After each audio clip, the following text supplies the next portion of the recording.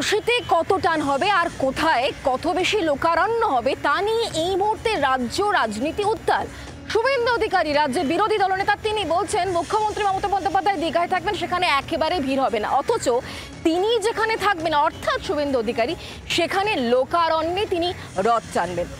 রথের দড়িতে টান পড়ার আগেই বঙ্গ রাজনীতিতে দড়ি টানাটানি শুরু হয়ে গেছে। দেখুন,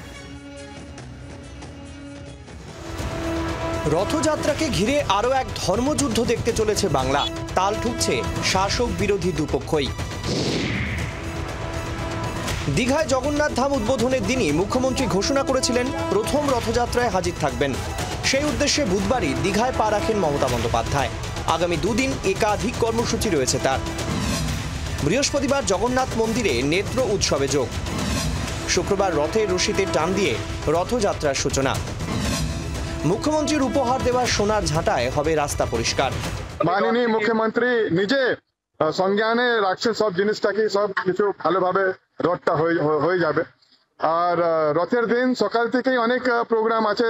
সকাল 10টা থেকে পাণ্ডি বিজয় হবে, যখন বলদেব সুভদ্রা জগন্নাথ রথে বসে যাবেন, তারপরে লোক সবাই দর্শন করতে থাকবে। প্রথম দীঘায় রথ, তাই রাজকীয় আয়োজন। সাক্ষী থাকতে তিল ধারণের জায়গা নেই সমুদ্র নগরীতে। পুরীর পাশাপাশি শুক্রবার দীঘাতেও রীতি মেনে 3 রথের রশিতে টান পড়বে। জগন্নাথ যাবেন মাসির বাড়ি, কিন্তু সেখানেও রাজনীতি।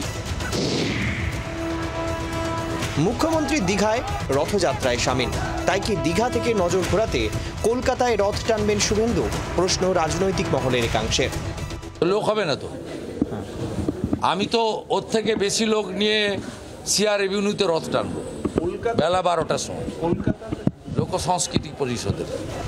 এতদিন কলকাতায় ইসকনের রথে রশিতে টান দিতেন মুখ্যমন্ত্রী। এবার মমতা বন্দ্যোপাধ্যায় দীঘায়। দীঘাগামী রাস্তায় মুখ্যমন্ত্রী আর জগন্নাথ ধামের কাট আউটে ছেয়ে গিয়েছে। বিরাট আয়োজন, খরচও নিশ্চয়ই বিরাট। এ নিয়ে বিতর্ক উস্কে দিলেন দিলীপ ঘোষ। পাল্টা দিলীপ ঘোষকে কটাক্ষ তৃণমূলের। পশ্চিমবঙ্গ সরকারের অন্য কোনো কাজ নেই, না উন্নয়ন, না কোনো সমস্যার সমাধান। রাস্তায় বসে আছেন চাকরির প্রার্থীরা, চাকরি হারারা হাহাকার করছেন, তাদের সঙ্গে কথা বলার সময় নেই, তার সমস্যার সমাধানের সময় নেই। স্কুলগুলো উঠে যাবে কিনা আগামী বছর তার কোনো চিন্তা নেই।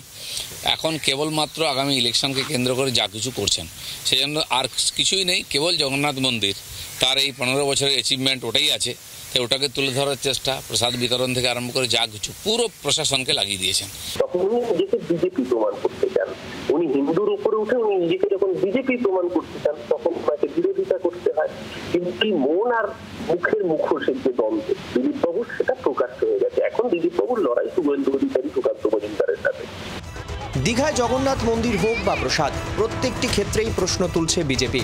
ভোটের অঙ্ক কষিকে বিপদ সংকেত পাচ্ছেন শুভেন্দুরা। হিন্দু ভোটে কি ফাটলের ইঙ্গিত?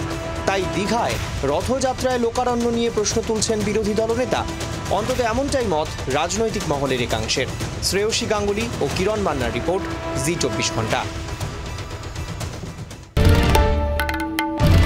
বাংলার আওয়াজ, বাঙালির আবেগ, জি 24 ঘন্টা।